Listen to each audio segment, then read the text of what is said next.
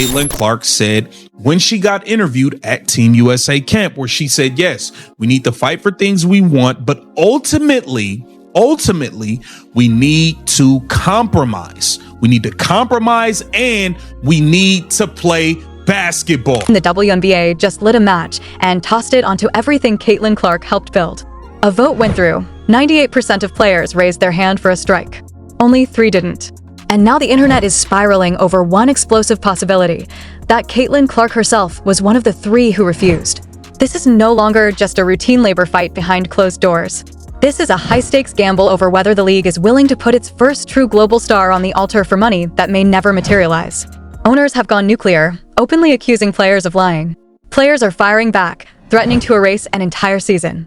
And trapped in the center of this storm, Caitlin Clark may be the only person in the room thinking past tomorrow. So let's slow this down, because the headlines are loud, but they're hiding the real danger. The WNBA Players Association announced they've secured the votes to authorize a strike. Translation: the 2026 season could disappear. No tip-offs, no playoffs, no sold-out arenas, no Caitlin Clark shattering viewership records. Just darkness. And the numbers behind that vote are staggering. 98% said yes, but here's the detail that changes everything. 3 players said no. A handful didn't vote at all. And if you've actually listened to Caitlin Clark lately, you already know which side of this line she's standing on.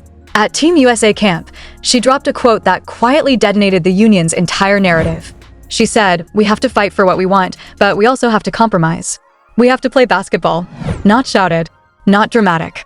Just calm, dangerous honesty. Compromise. Play basketball. Now put that next to what Kelsey Plum said, what Breanna Stewart said, what Nafisa Collier declared at the unrivaled press conference. They're all locked into a war chant, no retreat, no concessions. This is our moment, and we're taking everything. And Caitlin Clark? She sounds like the only one asking a terrifying question out loud. What if there isn't a season to fight over it all? And then Nafisa Collier tried to make it seem like they were all on the same page, and she lied because Caitlin Clark clearly is not on the same page as them. Then came the attempt to soften the blow. Nafisa stepped in, trying to calm the noise, trying to sell the idea that everyone was aligned, that this was unity, that there were no cracks. But the cracks were already there, because Caitlin Clark clearly isn't following the same script as everyone else. And that leads straight to the question that refuses to go away. Was Caitlin Clark one of the 3 players who voted no? The internet is convinced. And honestly, when you connect the dots, it almost feels obvious. She's the only person in that league who fully grasps what's actually hanging in the balance. She's the surge in ratings. She's the reason sponsors suddenly care. She's the reason the WNBA finally broke out of its bubble and into the mainstream conversation. And now the union is willing to put all of that momentum on the roulette table and spin the wheel. So let's talk about the offer on the table, because this is where the story takes a sharp turn. According to multiple reports, the league's proposal isn't incremental, it's explosive. Unlimited revenue sharing. Maximum salaries jumping from under $250,000 to north of $1.3 million. That's more than a 5-fold leap. Average pay skyrocketing from around $120,000 to well over $500,000. Minimum salaries quadrupling to more than $250,000 in year 1 alone. And it doesn't stop there. Over the life of the deal, averages climb towards $770,000. Max contracts flirt with $2 million. Read that again. Slowly. This isn't a token gesture. This is a seismic shift. And yet, it's still being rejected. The union wants 30% of gross revenue. The owners took one look at that number and shut the door. Hard. That's when Union President Nneka Agwamike entered the spotlight. She went on ESPN and insisted that despite authorizing a strike, players still want to play next season. Sounds reassuring until the next line. She said negotiations are still in their infancy. Infancy. We're weeks from Christmas. The original deadline was October 31st. It was extended to January 9th. And after all that time, talks are supposedly just getting started? So what exactly has been happening behind closed doors for the last 2 months? Agwamike acknowledged the salary jumps are massive, but argued the league's revenue model still doesn't reflect the creativity and innovation players believe they've brought to the table.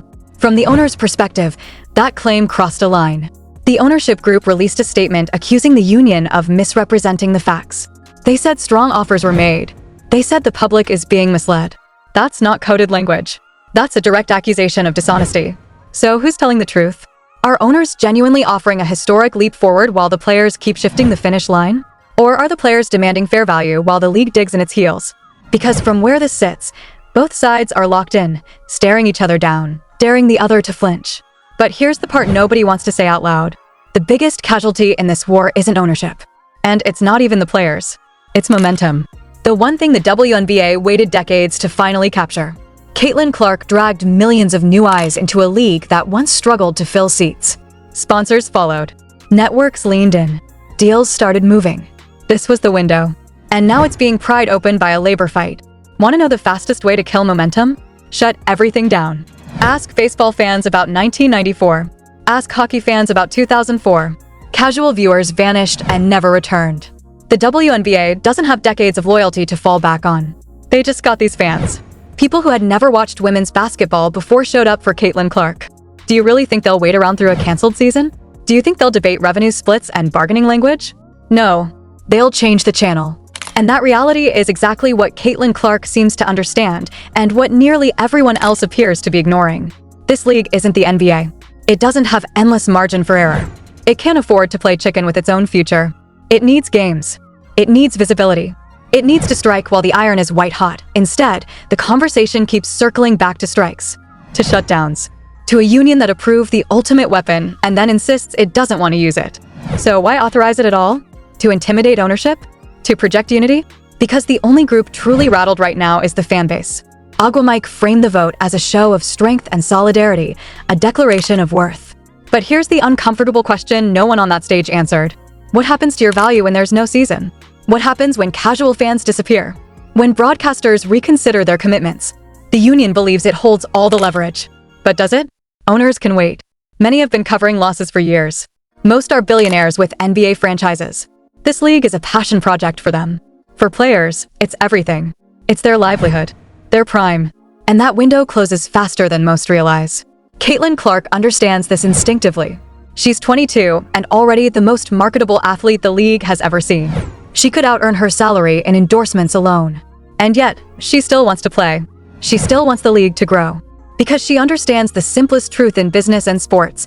When the product wins, everyone wins. Players, owners, sponsors, fans. But cancel a season, lose this moment, and it may never return. 10 years from now, people will rewind to this exact crossroads and ask the same stunned question. How did they mess this up? They had the star. They had the spotlight. They had money coming in. And they set it on fire over a standoff. 3 players saw the cliff edge coming. 3 players voted no. And if you ask me, one of them was Caitlin Clark because she's the only one talking about preserving the future instead of slicing the pie. The next deadline is January 9th. Less than 3 weeks. Either cooler heads prevail, or this turns into a catastrophe. One that could push women's basketball back 10 years. One that hands ammunition to every critic who said the league couldn't sustain success. One that squanders the greatest opportunity the WNBA has ever had. And if the season does get wiped out, don't let anyone dress it up as a fight for justice or fairness. This would be about ego, about impatience, about leadership that missed the bigger picture. A league standing on the 1-yard line and dropping the ball. Caitlin Clark tried to slow everyone down.